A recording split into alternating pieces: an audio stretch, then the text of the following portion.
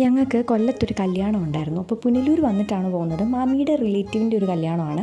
അപ്പം ഞങ്ങൾ വീട്ടിൽ നിന്ന് വന്നിട്ട് പിറ്റേ ദിവസമാണ് പോകുന്നത്.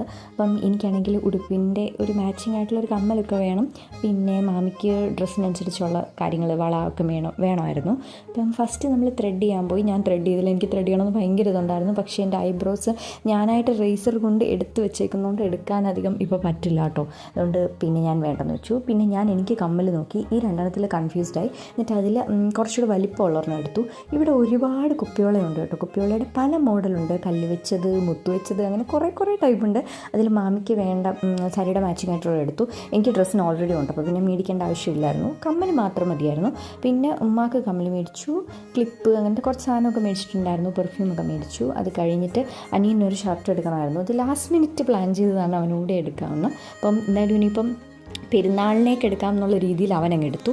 അത് കഴിഞ്ഞ് പിന്നെ നമ്മളെല്ലാം കഴിഞ്ഞ് തിരിച്ച് വീട്ടിലോട്ട് പോയി. Bye bye.